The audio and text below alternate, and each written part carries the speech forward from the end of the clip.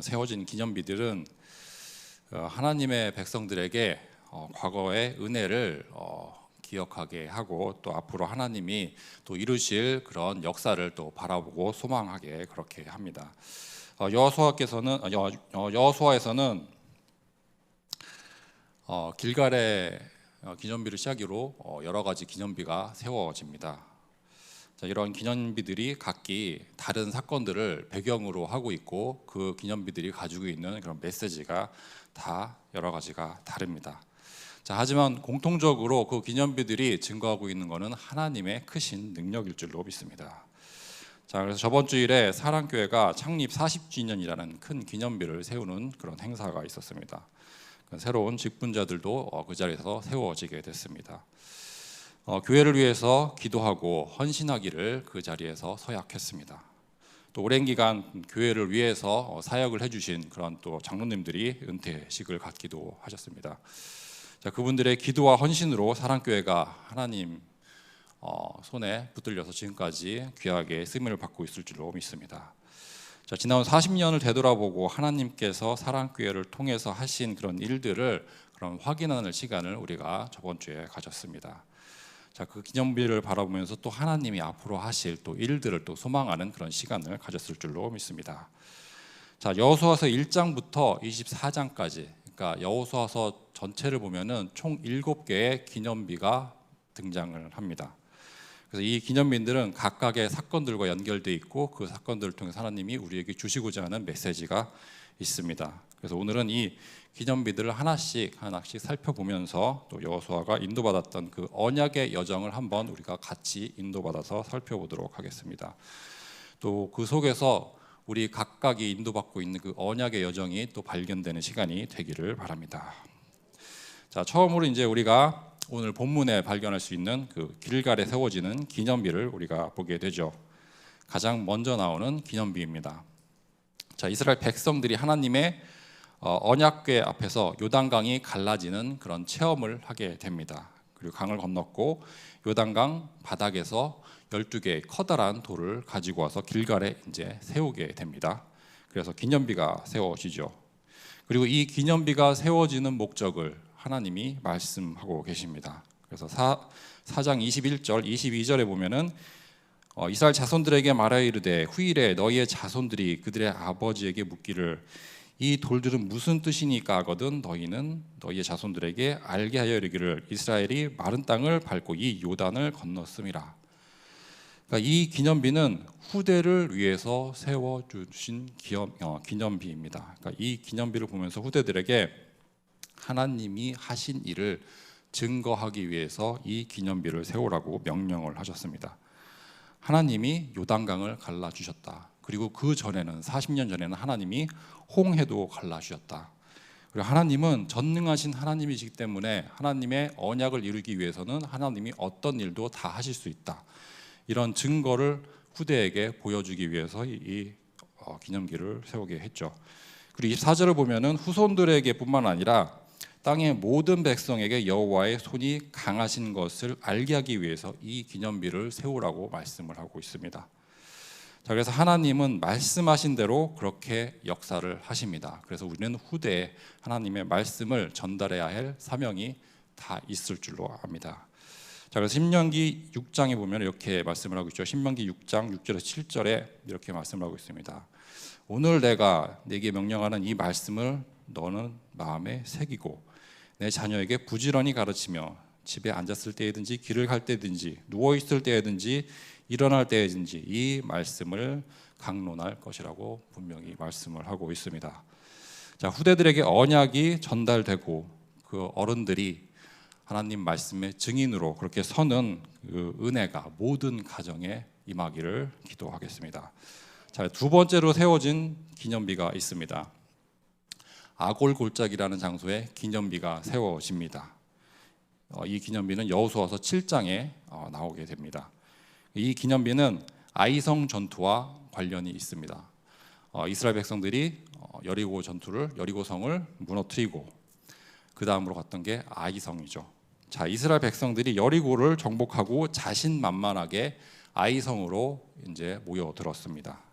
그리고 하나님께 물어보지도 않고 자기들이 스스로 자기 마음대로 결정을 해서 바로 공격을 하게 됩니다.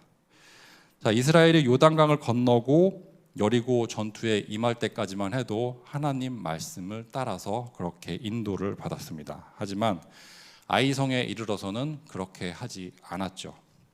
자기들 보기에 아이성이 만만해 보였기 때문에 그냥 자기 생각에 자기 판단을 가지고 자기 경험을 가지고 아이성을 공격하게 됩니다. 성이 작고 만만해 보였기 때문에 그냥 쉽게 적은 수로 그렇게 공격해도 무너질 거라고 예상을 했죠. 하지만 이 전투에서 이스라엘 백성들은 패배를 하게 됩니다. 그제서 여호수아는 하나님께 질문을 하죠. 지금까지 질문을 하지 않았다가 아이성 전투에서 패배를 하니까 하나님께 질문을 합니다. 이스라엘 백성들이 전투에서 이렇게 지게 만들면 어떻게 하시냐, 이렇게 따지듯이 질문을 하게 됩니다. 그때 하나님이 여호수아에게 이렇게 말씀을 하십니다. 여호수아서 7장 11절 이하의 말씀을 제가 읽어드리겠습니다. 이스라엘이 범죄하여 내가 그들에게 명령한 나의 언약을 어겼으며 또한 그들이 온전히 바친 물건을 가져가고 도둑질하여 속이고 그것을 그들의 물건들 가운데에 두었느니라. 그러므로 이스라엘 자손들이 그들의 원수 앞에 능히 맞서지 못하고 그 앞에서 돌아섰나니 이는 그들도 온전히 바친 것이 됨이라. 그 온전히 바친 물건을 너희 중에서 멸하지 아니하면 내가 다시는 너희와 함께 있지 아니하리라. 온전히 바친 물건이라는 표현이 여러 번 나오고 있습니다. 그래서 이스라엘 백성이 하나님께 범죄를 했다고 이렇게 말씀을 하고 있어요. 전쟁에서 지게 하신 이유가, 그러니까 아이성 전투에서 이스라엘 백성들이 진 이유가 하나님께 범죄했다는 이유 때문이라고 이렇게 말씀을 하고 있습니다. 그러니까 그 성을 정복하면은 그 성에서 나오는 재물이나 사람이나 짐승이나 모든 것을 다 하나님께 온전히 바쳤어야 했어요. 이거를 이제 히브리어로 헤렘이라고 하는데, 그 하나님이 명령하신 대로 거기서 나오는 모든 전리품들을 다 하나님한테 바쳐야 됨에도 불구하고 누군가 그 하나님의 물건을, 하나님께 온전히 바쳐져야 될 물건을 자기 집으로 가져가서 자기 것으로 삼아 버립니다. 도둑질을 하고 속이는 일이 벌어지게 되죠. 그리고 이 도둑질 했던 그런 인물이 아간입니다. 아간이 발견이 되고 아간이 돌로 쳐 죽임을 당하게 되죠. 그리고 그 자리에 돌을 쌓아서 기념비를 세우게 됩니다. 그래서 이 기념비는 하나님의 거룩하심과 죄에 대한 심판을 기억하게 하는 슬픈 불행의 기념비로 남아 있습니다. 그래서 하나님의 명령에 불순종하고 또 탐욕으로 인한 그 죄가 공동체에 미치는 그 영향이 얼마나 큰지 보여주고 있습니다. 자, 그래서 아골골짜기 기념비는 교회에 또 경고를 주고 있죠. 공동체 안에 죄가 들어오고 불순종의 탐욕의 역사가 할 때, 불순종과 탐욕이 역사할 때 교회 안에 하나님은 기뻐하지 않으십니다. 그래서 고린도전서 5장 6절에서 7절에 이렇게 말씀을 하고 있습니다. 너희가 자랑하는 것이 옳지 아니하도다. 적은 누룩이 온 덩어리에 퍼지는 것을 알지 못하느냐. 너희는 누룩 없는 자인데 새 덩어리가 되기 위하여 묵은 누룩을 내버리라. 우리의 유월절 양 곧 그리스도께서 희생되셨느니라. 누룩 얘기가 나오고 그리스도의 희생이 나옵니다. 그러니까 우리의 유월절 양 곧 그리스도께서 희생되셨느니라. 그러니까 그리스도의 희생을 아는 사람이라면 교회를 어지럽히거나 교회를 이용해서 사리사욕을 취하는 그런 행동은 하지 않을 거라는 그런 말씀이죠. 그래서 그리스도의 핏값으로 우리 교회가 세워졌음을 다시 한번 기억해야겠습니다. 자, 그다음에 세 번째로 세워진 기념비가 있습니다. 에발산에 세워지죠. 여호수아서 8장에 기록이 되어 있습니다. 8장을 보면은 두 개의 기념비가 연달아 세워집니다. 그래서 28장 29절을 먼저 보면은 첫 번째 기념비가 세워지죠. 그가 또 아이 왕을 저녁 때까지 나무에 달았다가 해 질 때 명령하여 그의 시체를 나무에서 내려 그 성문 어귀에 던지고 그 위에 돌로 큰 무더기를 쌓았더니 그것이 오늘까지 있더라. 그러니까 이스라엘 백성이 아이성을 공격하다가 한 번 실패를 했어요. 그리고 하나님께 질문을 하고 다시 공격을 하죠. 그리고 이제 아이성을 차지하고 그 성의 그 왕을 데려다가 결국 죽이게 됩니다. 그리고 그 왕이 죽은 그 자리에 돌을 쌓고 기념비를 세우게 되죠. 그래서 이 기념비는 승리를 기념하는 기념비가 됩니다. 자, 그리고 또 하나의 기념비가 8장에 세워집니다. 8장 30절을 보면은 이렇게 말씀을 하고 있어요. 그때 여호수아가 이스라엘의 하나님 여호와를 위하여 에발산에 한 제단을 쌓았으니, 그러니까 이 제단을 쌓고 하나님 말씀을 여호수아가 돌판에 기록하게 합니다. 그리고 그 자리에서 예배를 드리게 되죠. 그러니까 예배의 가장 핵심인 말씀이 그 자리에 선포됩니다. 그래서 34절과 35절을 제가 읽어드리겠습니다. 그 후에 여호수아가 율법책에 기록된 모든 것대로 축복과 저주하는 율법의 모든 말씀을 낭독하였으니 모세가 명령한 것은 여호수아가 이스라엘의 온 회중과 여자들과 아이와 그들 중에 동행하는 거류민들 앞에서 낭독하지 아니한 말이 하나도 없었더라. 그러니까 이 에발산에서 세워진 기념비는 예배와 말씀에 중심되는 그런 삶을 얘기하고 있습니다. 예배와 말씀이 우리 삶의 중심이 된다는 것을 보여주고 있죠. 그래서 율법의 모든 말씀을 낭독하였으니 낭독하지 아니한 말이 하나도 없었더라. 그러니까 하나님의 말씀을 하나도 빠짐없이 선포하고 있습니다. 자, 교회의 예배가 회복이 되고 하나님의 말씀이 중심이 되어야 한다는 말이죠. 그래서 주의 말씀은 내 발의 등이요 내 길의 빛이라고 분명히 말씀을 하고 있습니다. 그래서 주님의 말씀을 따라 인도받는 언약의 여정이 되기를 축원드리겠습니다. 그다음에 네 번째, 그러니까 다섯 번째로 세워진 기념비죠. 다섯 번째로 세워지는 기념비는 막게다굴 앞에 이렇게 다시 세워집니다. 여호수아서 10장에 나옵니다. 여호수아서 10장을 보면은 이스라엘은 또 하나의 승리의 기념비를 세우게 됩니다.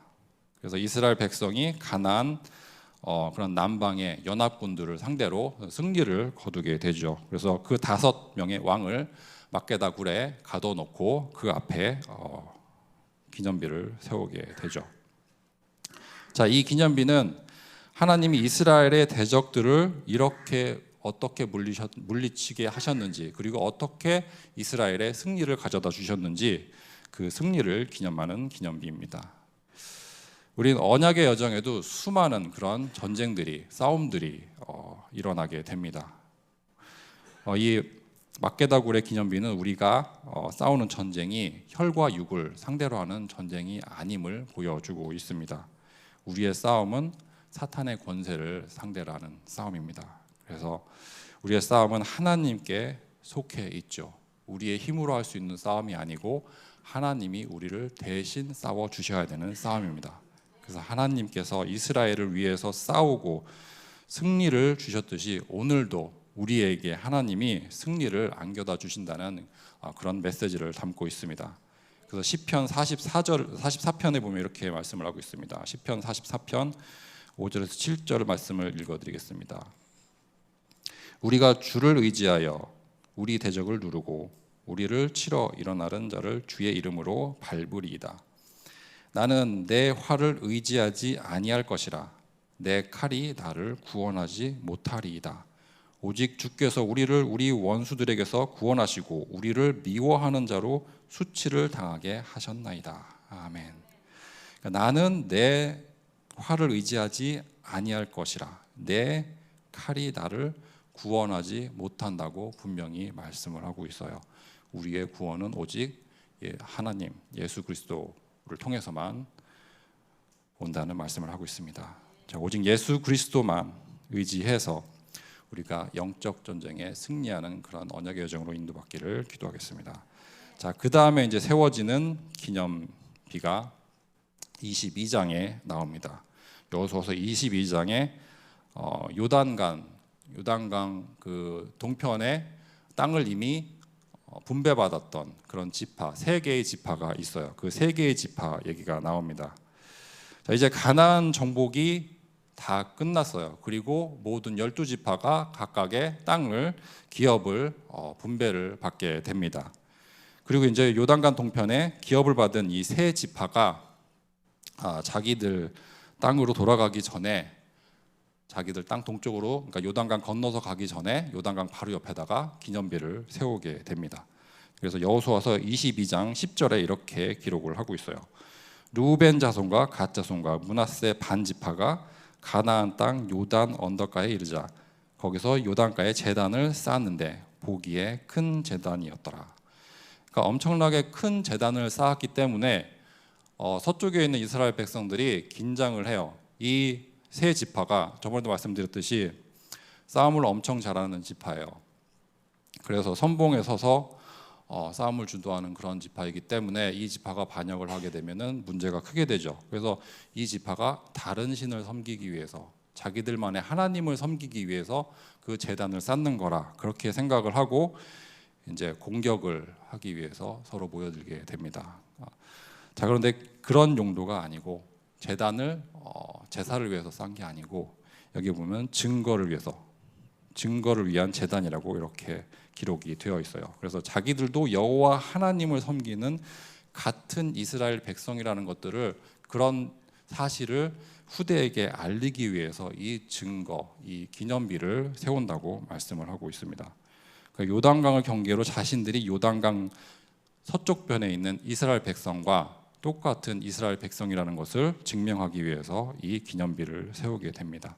그래서 처음에는 오해가 생겨가지고 전쟁까지 이렇게 벌어질 뻔했는데 이제 오해가 풀리게 되고 그 이제 기념비를 통해서 양쪽의 이스라엘 백성들이 하나가 되는 그런 일이 생기게 되죠.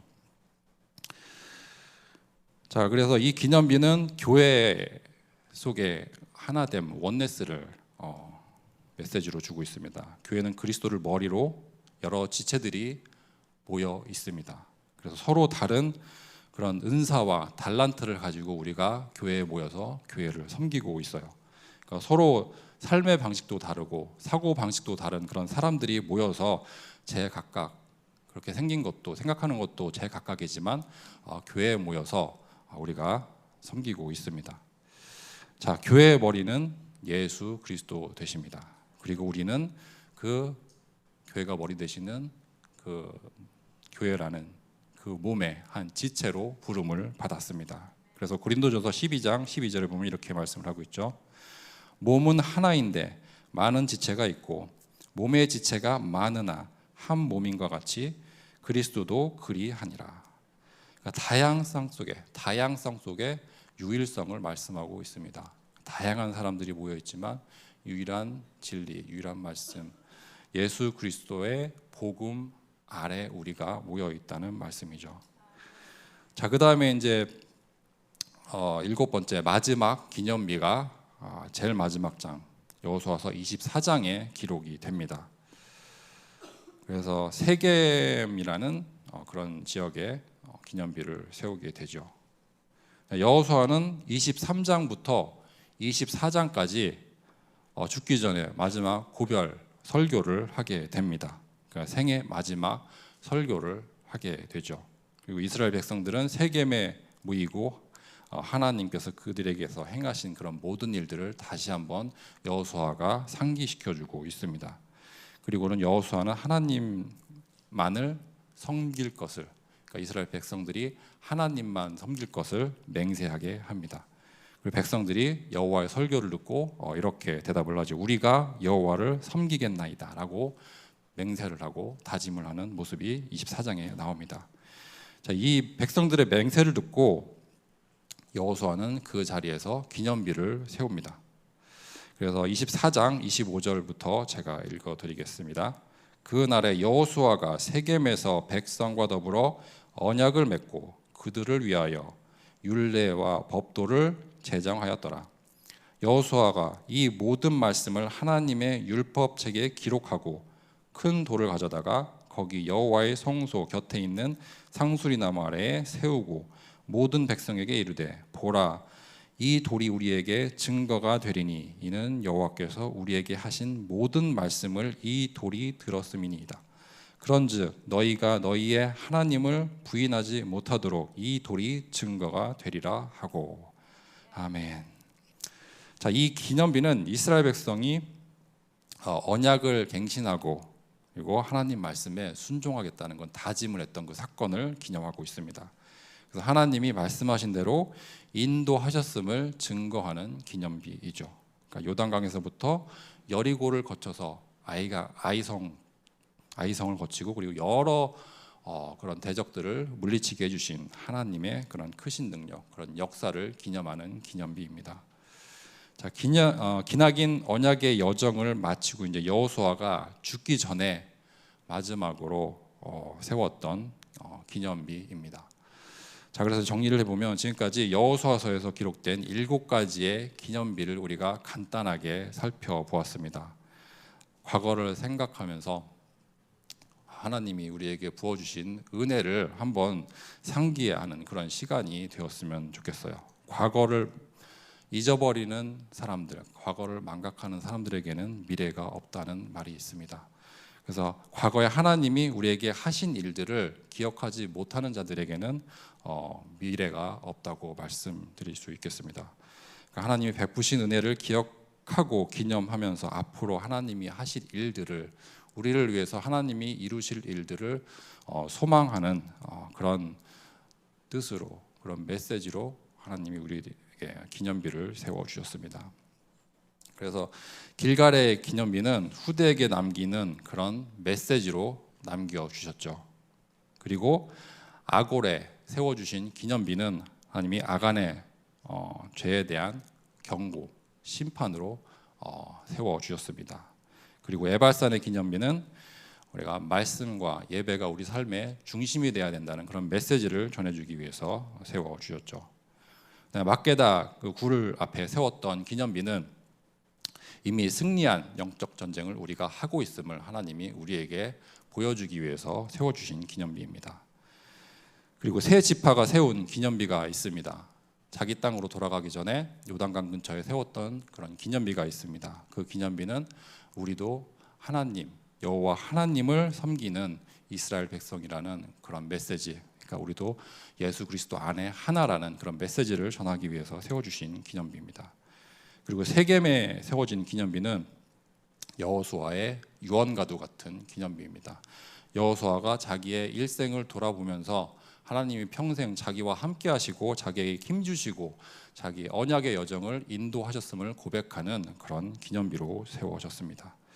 자, 이 기념비들을 통해서 여호수아의 여정을 하나님이 어떻게 역사하셨는지 우리가 확인을 할 수 있습니다. 우리 각자 인생의 고비마다 하나님이 베푸신 은혜의 역사가 있을 줄로 믿습니다.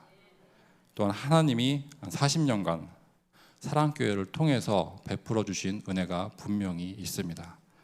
즉 그 기념비들을 묵상하면서 하나님의 계획이 다시 한번 발견되는 시간으로 인도받으시기를 바라겠습니다. 사랑교회 미래언약 5가지를 놓고 다들 기도하고 계실 줄로 믿습니다. 저의 경우에는 다민족 선교와 그다음에 영적 지도자라는 기도 제목을 두고 기도를 하고 있어요. 그래서 선교지를 두고 제가 기도를 하고 있고요. 그리고 지금 조혜와 재훈이 영적 지도자로 하나님 앞에서 바르게 쓰임을 받을 수 있도록 또 기도로 인도로 받고 있습니다. 지금까지 우리에게 베풀어 주신 하나님의 은혜가 먼저 확인이 되어야겠죠. 하나님이 저에게 베푸신 은혜가 확인이 되고 지금 누리고 있는 복음이 또 확인이 되고 또 앞으로 하나님이 우리를 통해서 하실 그런 역사가 또 소망이 또 우리에게 확인이 될 줄로 믿습니다. 여러분들도 과거로 돌아보면서 미래를 향한 하나님의 그런 계획이 그런 발견되는 시간이 되시기를 기원드리겠습니다. 기도하겠습니다. 사랑의 하나님 감사합니다. 여호수아를 묵상하면서 인간의 연약함과 하나님의 위대하심을 깨닫게 해주심을 감사합니다. 고난의 순간마다 요단강을 건너는 그런 기적을 하나님이 보여주셨음에도 불구하고 그 은혜를 잊어버리는 저희를 긍휼히 여겨 주옵소서. 오늘 말씀을 묵상하며 각자의 마음속에 길갈의 기념비가 다시 세워지게 하시고 날마다 구원의 은혜를 기억하며 감사가 회복되게 하옵소서. 이 모든 말씀 우리 주 예수 그리스도 이름으로 기도드립니다. 아멘.